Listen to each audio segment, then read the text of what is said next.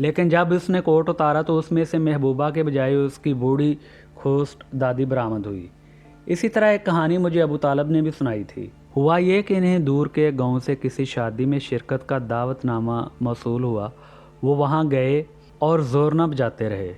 شادی بڑی شان و شوکت کے ساتھ ہوئی۔ گاؤں کے سامنے ایک کھلے ہوئے میدان میں شادی کا جشن منایا جاتا رہا۔ 3 روز تک زورنا، طبلے، وائلن اور اکارڈین کی دھنیں گونجتی رہیں اور لوگ جوش و خروش کے ساتھ گاتے رہے۔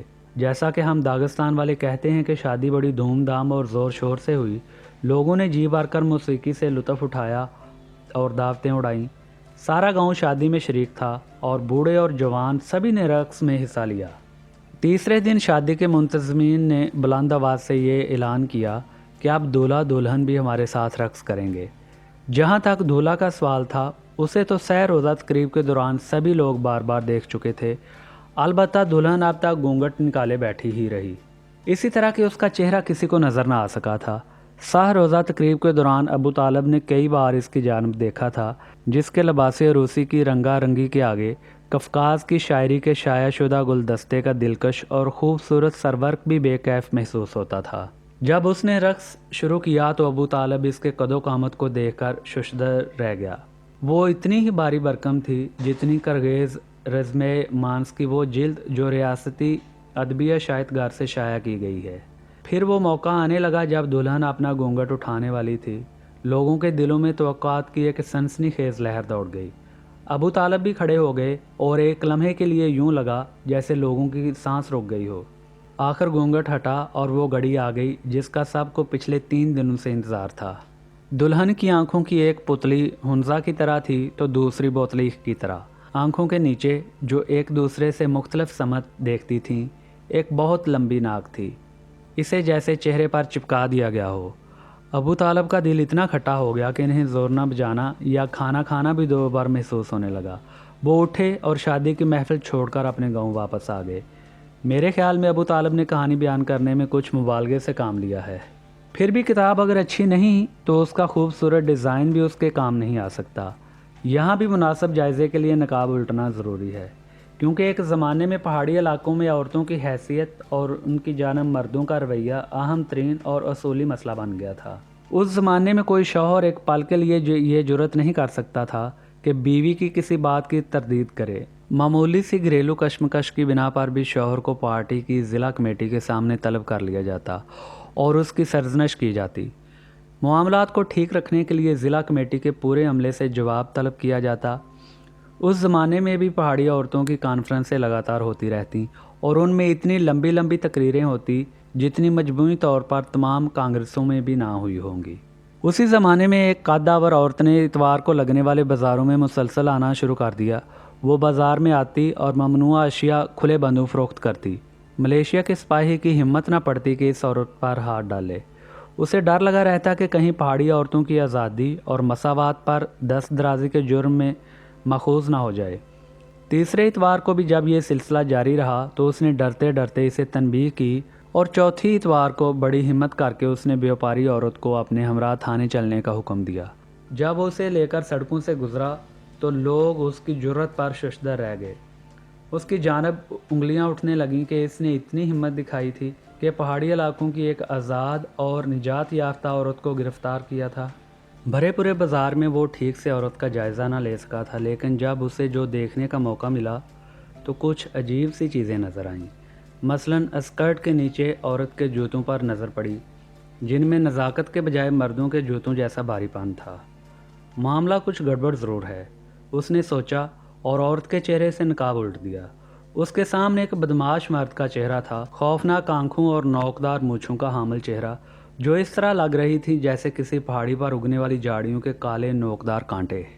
بعض فنکار بھی، جن کے پاس اپنی جگہ بنانے کی نہ صلاحیت ہوتی ہے نہ استقلال اور وقار، اپنی تخیل کی مفلسی کو شاندار الفاظ اور دل فریب ملمہ سازی کے پردوں میں چھپانے کی کوشش کرتے ہیں، لیکن جب پیٹ خالی ہو تو کج کلاہی سے کیا حاصل۔ اسی طرح آپ کے پاس لکڑی کا کتنا ہی خوبصورت خنجر کیوں نہ ہو، آپ اس سے ایک چوزے کو بھی حلال نہیں کر سکتے۔ بہت ہوا تو یہ کر سکتے ہیں کہ لگاتار برسنے والے پانی کے دار کو کاٹ دے۔ اسی طرح گڈے گڑیا کا بیاہ کر دیا جائے تو بچوں کی پیدائش کا سلسلہ نہیں شروع ہو سکتا۔ اسی طرح ختنے کے وقت بچے کو مور کا پر دکھایا جاتا ہے، یہ محض اس لیے کیا جاتا ہے اس کی توجہ دوسری طرف مبذول ہو جائے، لیکن مور کے پر سے ختنہ تو نہیں کیا جا سکتا، اس کے لیے تو تیز دھار والے استرے کی ضرورت ہوتی ہے۔ بہرحال قاری بچے تو نہیں ہوتے کہ ان کو بہکایا بہلایا جا سکے یا چکمہ دیا جا سکے۔ اسی طرح میں کوئی ایسا اداکار نہیں ہوں جو ایک منقش اور مرثا نیام میں دفتی کا خنجر لیے پھرتا ہو۔ یقیناً نیام بھی ضروری ہے، کیونکہ اس کے بغیر دار پر زنگ لگ جائے گی، اور نیام کا خوبصورت ہونا ہی خوش ذوقی کا ثبوت ہے۔ یقیناً جب کوئی قفقاز کا شہسوار لوٹ کا مال لے کر لوٹتا تھا تو اس کی بیوی اس کے گھوڑے کی گردن میں خوبصورت ریشمی رومال باندھ دیتی تھی۔ یقیناً انتہائی گہرے خیالات کے لیے کھردری اور بے کیف زبان ایسی ہی ہے جیسے بیڑیے کے سامنے میمنا۔ اور یقیناً اگر سڑک خراب ہے تو مضبوط ترین یکے کے بھی انجر پنجر ڈھیلے ہو جائیں گے، اور یہی نہیں، یہ بھی ممکن ہے کہ وہ کسی گہرے کھڈے میں گر جائے۔ یقیناً کسی گدھے کی کاٹھی کسی گھوڑے کے لیے موزوں نہیں ہو سکتی، اسی طرح کسی اچھی نسل کے گھوڑے کی کاٹھی کسی گدھے پر بھی پھب نہیں سکتی۔ اس سلسلے میں آپ کو بلخار کے ایک باشندے اور اس کے مریل گھوڑے کی کہانی سنانا چاہتا ہوں۔ ہوا یوں کہ بلخار میں رہنے والے ایک آدمی نے اپنے مریل گھوڑے پر مٹی کے برتن، آب خورے اور گڑے لادے اور پاس کے دیہاتوں میں انہیں بیچنے نکل کھڑا ہوا۔ ایک دن ایک آوار گاؤں میں شاہ سواری کا مقابلہ ہونے جا رہا تھا، جس میں حصہ لینے کے لیے بہت سارے پرجوش شاہ سوار اور انہی کی طرح پھرتیلے گھوڑے دور دور سے آئے تھے۔ قرب و جوار میں یہ شاہ سوار بھی مشہور تھے اور ان کے گھوڑوں کی بھی دھوم تھی۔ شاہ سوار بھی کثرتی بدن کے خوبصورت جوان تھے، اور ان کی ہی طرح ان کے گھوڑے بھی پھرتی اور توانائی میں آپ اپنا جواب تھے۔ شاہ سواروں کی آنکھوں سے بھی جوش اور دلیری ٹپک رہی تھی، اور گھوڑے بھی مقابلے کے لیے بےتاب نظر آ رہے تھے۔ دوڑ شروع ہی ہونے والی تھی کہ یہ سیدھا سادہ بلخاری بھی اسی میدان میں آ نکلا۔ اس کی آنکھوں میں نیند بھری ہوئی اور اس کے مریل گھوڑے نے تو باقاعدہ اونگنا شروع کر دیا تھا۔ شاہ سواروں نے اس کا مذاق اڑانا شروع کر دیا۔ آؤ تم بھی ہمارے ساتھ دوڑ میں حصہ لو، سب نے ایک ساتھ کہا۔ اپنے گھوڑے کو مقابلے سے محروم نہ کرو، اسے دوڑ میں شریک ہونے اور اپنی صلاحیتوں کا مظاہرہ کرنے دو۔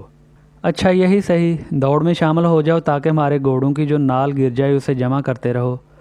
طنز و مزاح کے اس طوفان کے دوران وہ آدمی خاموشی کے ساتھ اپنے گھوڑے پر لدا ہوا سامان اتارتا اور اسے احتیاط کے ساتھ رکھتا۔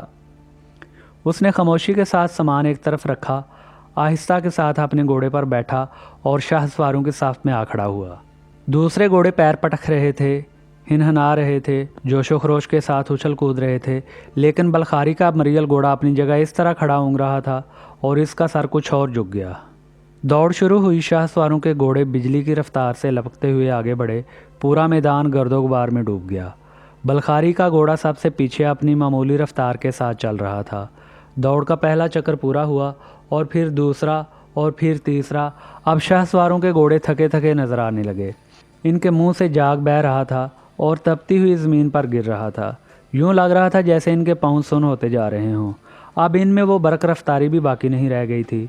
گھوڑ سوار بڑی بے رحمی کے ساتھ چابک چلا رہے تھے اور ایڑ لگا رہے تھے، مگر کوئی اثر نہیں ہو رہا تھا۔ بس بلخاری کا گھوڑا تھا جو اپنی اسی چال سے لگاتار چلے جا رہا تھا، نہ بہت تیز نہ بہت آہستہ۔ پہلے یہ گھوڑا سب سے پچھلے گھوڑے کے برابر آیا، پھر اس نے درمیانی قطار کو جا لیا اور پھر گھوڑوں کی اگلی قطار کے ساتھ چلنے لگا، اور 10ویں چکر میں جو آخری چکر تھا وہ سب سے آگے تھا۔ فتح کا رومال اس کی گردن میں باندھ دیا گیا۔ اس کا مالک اسی سنجیدگی اور خاموشی کے ساتھ وہاں پہنچا جہاں اس نے برتن اتارے تھے، دوبارہ اپنے مریل گھوڑے پر برتن لادے اور اپنی راہ لی۔ اس طرح کے واقعے گھوڑ دوڑ کے میدان کے مقابلے سے ادب کے میدان میں کہیں زیادہ پیش آتے رہتے ہیں۔ آسانی سے لکھے جانے والے اشعار کبھی کبھی خاصی دقت سے پڑھے جاتے ہیں، دوسری طرف ایسے اشعار اکثر آسانی سے پڑھ لیے جاتے ہیں جنہیں لکھنے میں کافی پریشانی کا سامنا کرنا پڑا ہو۔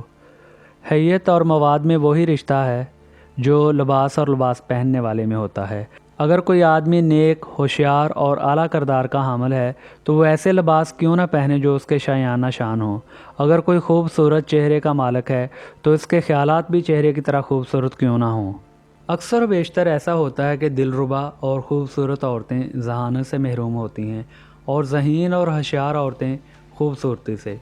کسی فن پارے پر بھی یہ بات صادق آ سکتی ہے، لیکن بعض ایسی خوش نصیب عورتیں بھی ہوتی ہیں جن کے پاس ظاہری حسن بھی ہوتا ہے اور ذہن کی تیزی اور نفاست بھی۔ یہی بات ان کتابوں پر بھی صادق آتی ہے جن کے لکھنے والے حقیقی معنوں میں باصلاحیت ہوتے ہیں۔ میرے گاؤں کی طرف آنے والا کوئی آدمی اگر مجھے پہاڑی درے سے گزرتے ہوئے دکھائی دے جائے تو میں بتا سکتا ہوں کہ یہ آدمی اچھا ہے یا خراب۔ سونے اور چاندی کی بذات خود کوئی اہمیت نہیں، اہم بات یہ ہے کہ ان دھاتوں سے مختلف چیزیں بنانے والوں کے ہاتھ سونے کے ہوں۔ بازار کی زینت ہوتے ہیں وہ رنگین و منقش برتن جو اطراف میں بکھری مٹی سے کمہار بنایا کرتے ہیں۔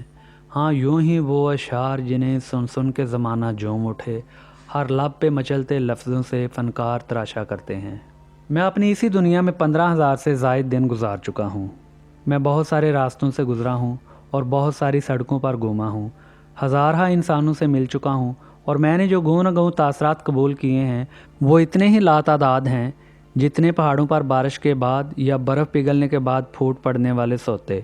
لیکن ان سب کو ایک دائرے میں سمو کر کتاب کی شکل کیسے دی جائے؟ ایسی کتاب کا لکھنا ایسا ہی ہے جیسے کسی وادی میں گہرے اور چوڑے چکلے دریا کے لیے راہ بنانا، اور محض اتنا بھی کافی نہیں۔ اصل کام تو یہ ہے کہ پہاڑ سے پھوٹنے والے تمام سوتوں کا رخ اس دریا کی طرف موڑا جائے تاکہ سب مل کر ایک زبردست دھارے کی شکل میں آگے بڑھیں۔ میں یہ کام کس طرح انجام دوں؟ عرفان حیات کے علاوہ اس کام کے لیے اور کن کن علوم کی واقفیت ضروری ہے؟ غالباً نظریہ ادب کی۔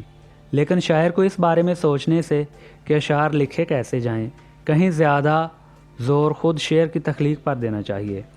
دراصل میں یہ کہنا چاہتا ہوں کہ نہ میرا کوئی خاص دبستان شاعری ہے اور نہ ہی پسندیدہ رجحانات۔